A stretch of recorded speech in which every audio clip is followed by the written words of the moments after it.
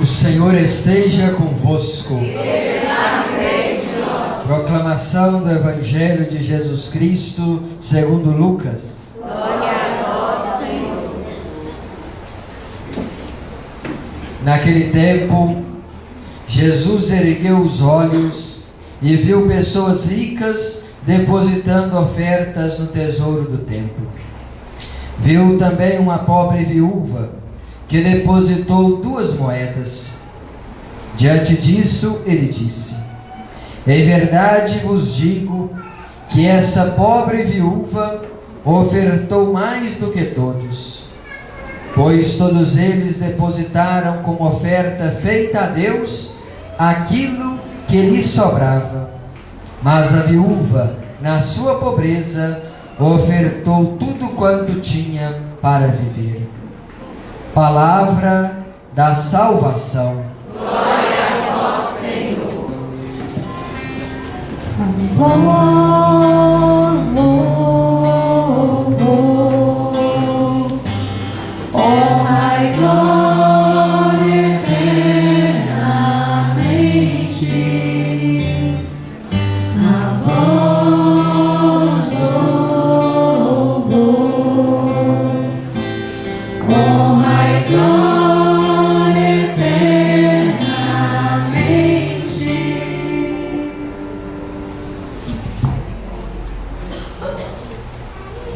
Queridos irmãos e irmãs, na primeira leitura que nos foi proclamada, no início da profecia de Daniel, nos apresenta o povo de Deus que sofre no exílio da Babilônia a perseguição contra a sua religião, que os povos babilônicos queriam destruir a base de existência do povo, queria enfraquecer o povo que se mantinha forte mediante as dominações. E o que dava força ao povo de resistir às perseguições era justamente a fé no Deus de Israel, porque na Babilônia o rei era o Deus. Então, para se prestar culto a Deus, tinha que adorar o rei. E o rei, para o povo de Israel, não era Deus, mas sim o Deus de Abraão, de Isaac e Jacó. O Deus que os tirou da escravidão da terra do Egito e os conduziu a pé enxuto e os introduziu na terra de Canaã. O Deus de Israel é o Deus que faz aliança com o seu povo e que caminha com o seu povo. Embora o texto foi escrito por contemporâneos da época dos Macabeus, que sofriam a perseguição do imperador Antíoco IV, por isso essa história ela tem como elemento próprio do livro de Macabeus o fato da tentação quanto descumprir a lei com relação a se alimentar do alimento proibido. Mas a grande questão que se coloca tanto para Daniel quanto também no livro 1º e 2º de Macabeus é justamente qual a postura do povo de Deus diante da perseguição. Nós sacrificamos a nossa vida para nos manter fiéis a Deus, ou nós negamos a Deus para salvar a nossa própria vida? Se trata aqui, meus irmãos e irmãs, de onde está de fato o centro da nossa vida. Quem que nós colocamos a nossa confiança, em quem de fato é o Senhor da nossa vida. As tentações hoje, para nós descumprirmos a lei de Deus, não é tanto mais o alimento, no caso da primeira leitura, que é a carne de porco, carne do animal impuro, mas nós temos outras tentações. E será que nós resistimos por fidelidade a Deus? A fé que nós estamos ainda com muita alegria no coração por termos celebrado ontem em comunhão com a igreja no mundo inteiro, unidos ao sucessor de São Pedro, Sua Santidade Francisco, que ontem encerrou solenemente o ano da fé. Essa fé que é uma porta que nos abre no dia do nosso batismo, para nós caminharmos como filhos e filhas de Deus. E nessa nossa caminhada, que se inicia no batismo, é uma caminhada onde nós temos como modelo Jesus Cristo. E quem nos leva e conduz é o Espírito, que ao longo desta caminhada nos eleva, nos purifica, nos santifica, para que nós possamos caminhar ao encontro do Pai, agindo como Jesus Cristo, nos tornando semelhantes a Jesus Cristo. E na nossa caminhada neste mundo é que se dá a construção do reino de Deus, que se dá pelo testemunho dos cristãos na sua fidelidade à pertença de Deus, a nossa identidade de povo de Deus, porque aonde um batizado chega, deve estar presente ali o próprio Cristo, pelo testemunho, pela coerência, pelo nosso jeito de ser e de viver. A infidelidade a Deus surge quando nós não colocamos no centro da nossa vida a fé que professamos.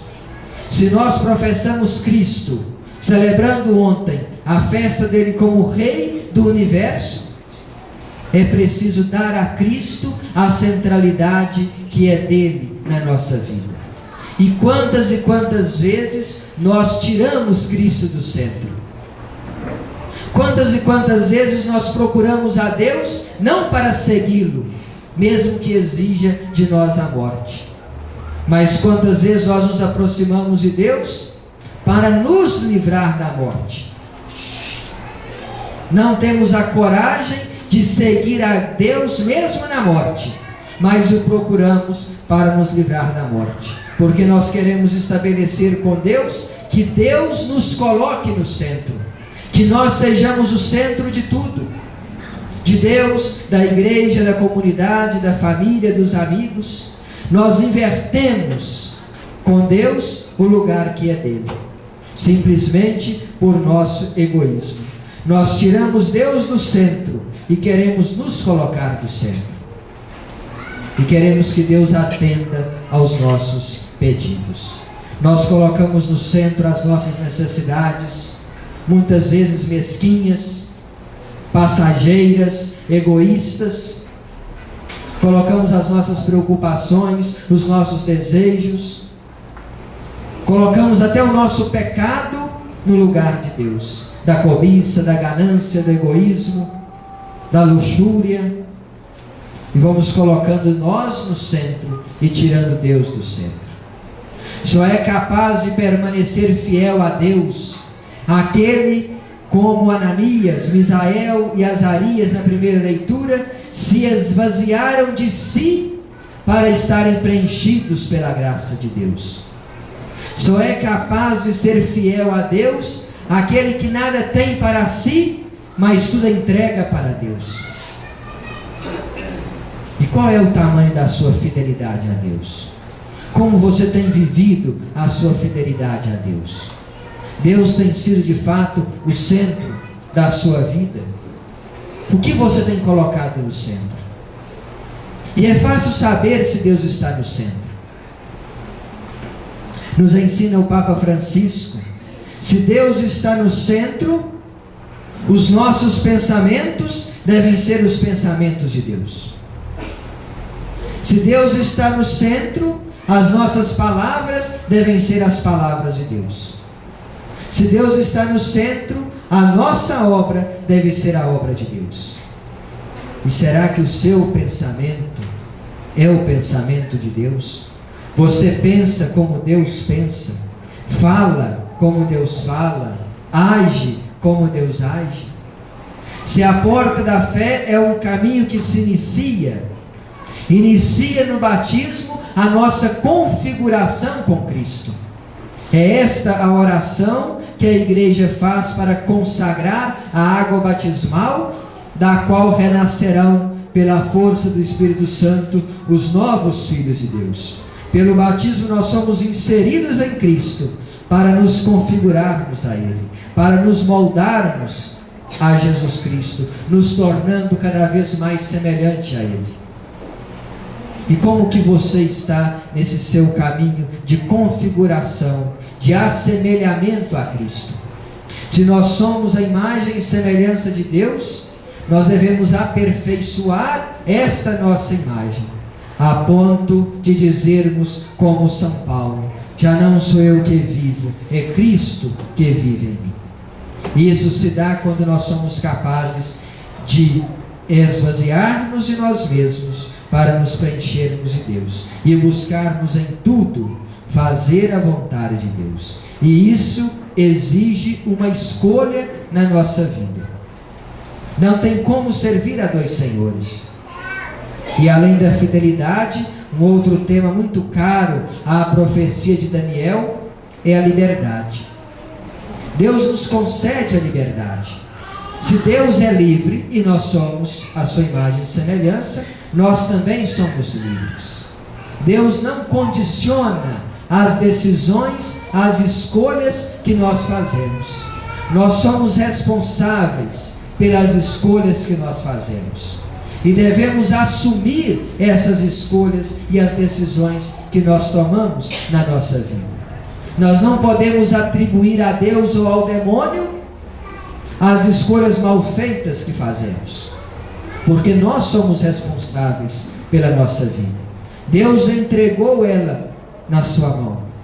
E o que você faz da sua liberdade? Se você é livre, deve ser também responsável para assumir a forma como vive a sua liberdade. E estar então diante de nós, servirmos a Deus ou não servimos a Deus. Não tem como servir dois senhores ao mesmo tempo. Ou amaremos um e odiaremos o outro. Não podemos ter o coração dividido entre Deus e as nossas preocupações. É preciso nos lançarmos totalmente nas mãos de Deus. Nos abandonarmos totalmente nas mãos de Deus. Porque, como nos ensina Santa Teresa d'Ávila, doutora da Igreja, quem a Deus tem, nada lhe falta, só Deus basta.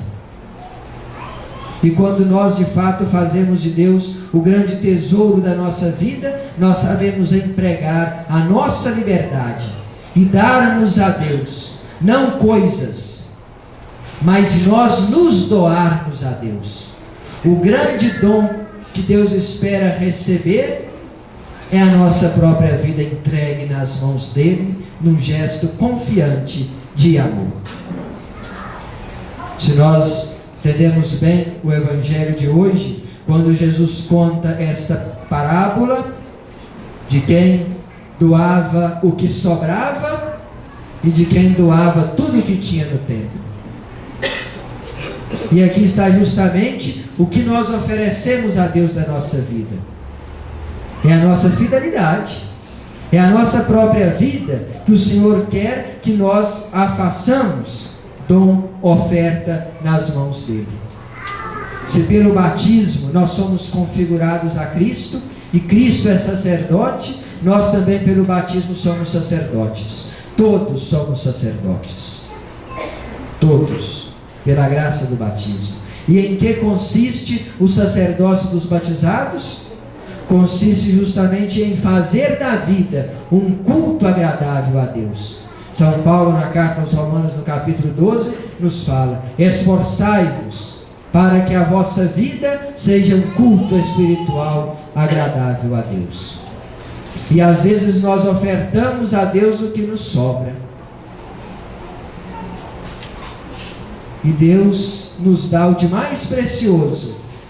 E o de mais precioso nós não somos capazes de ofertar a Deus. Se nós lembramos bem, desde o início da história da salvação, com Abraão, qual é a graça que Abraão mais pede a Deus? A graça de ter um filho. E nasce Isaque, o filho da promessa. E de repente, o que Deus pede de Abraão em sacrifício? O filho. O que Abraão tinha de mais precioso é aquilo que Deus lhe pede. E Abraão nega a Deus?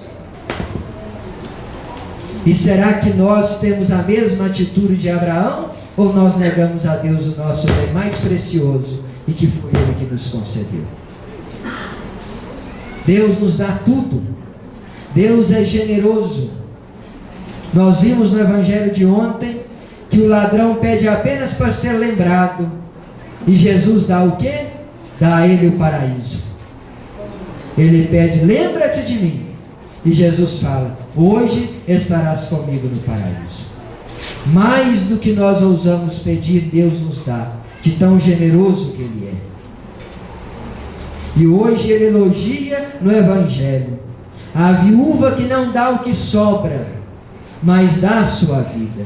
Tudo que ela tinha, ela colocou nas mãos de Deus. E qual o tamanho da sua confiança a Deus?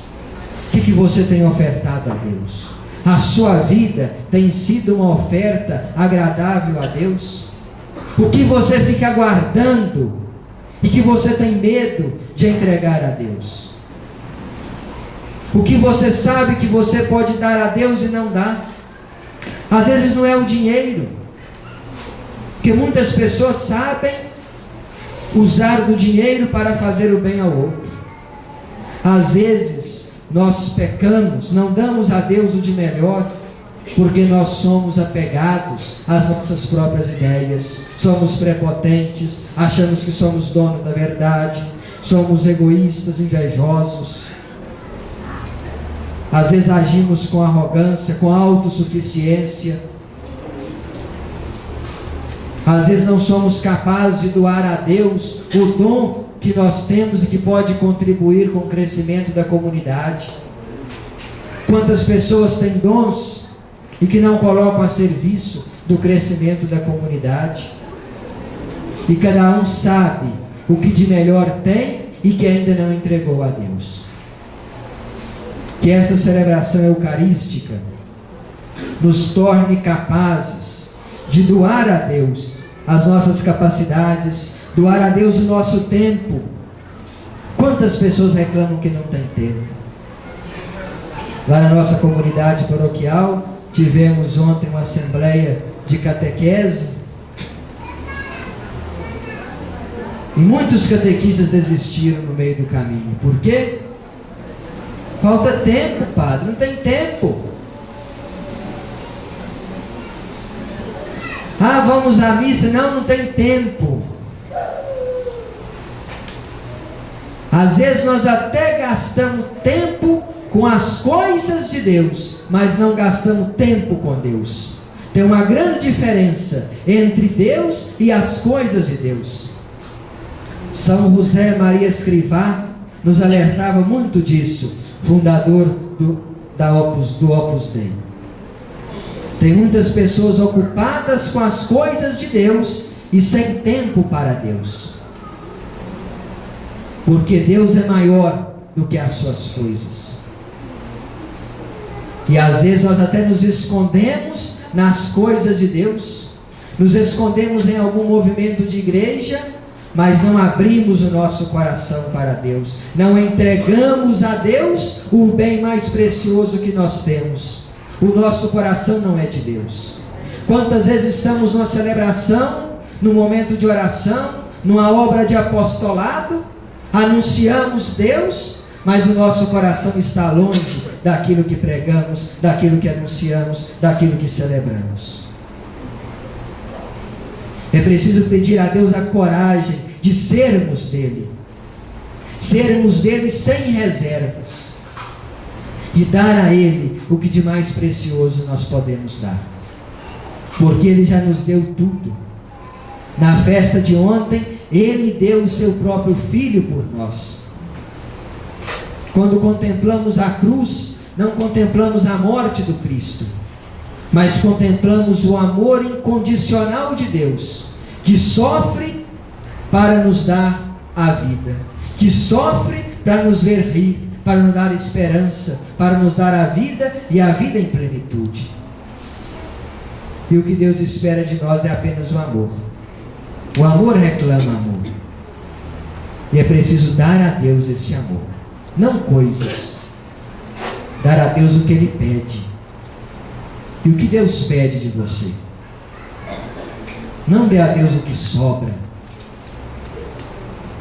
Não dê a Deus o que Ele não precisa. Dê a Deus o que Ele pede a você. E você sabe o que Deus lhe pede. E só é capaz de entregar a Deus quem vive uma vida de oração. Essa viúva foi ao templo para rezar. E na oração ela se entregou sem medo nas mãos de Deus. Aqueles 4 jovens da primeira leitura entregaram a sua vida para serem mortos pelo rei Nabucodonosor, com a alegria de saberem que as suas vidas estavam nas mãos de Deus. Morreram na certeza plena de que, quer estejam vivos ou mortos, pertenciam ao Senhor. E essa alegria da pertença a Deus faça a cada um de nós termos o coração aberto e disponíveis para nos entregarmos a Ele, para que assim na vida de cada um de vocês se manifeste a glória de Deus no mundo, porque cada um de vocês são os eleitos, os escolhidos de Deus, são os sacerdotes de Deus, a continuar pela vida, santificando, transformando este mundo no grande reino de Deus. E pela vida de todos vocês, Deus possa ser louvado hoje e sempre pelo testemunho de cada um de vocês. Louvado seja nosso Senhor Jesus Cristo.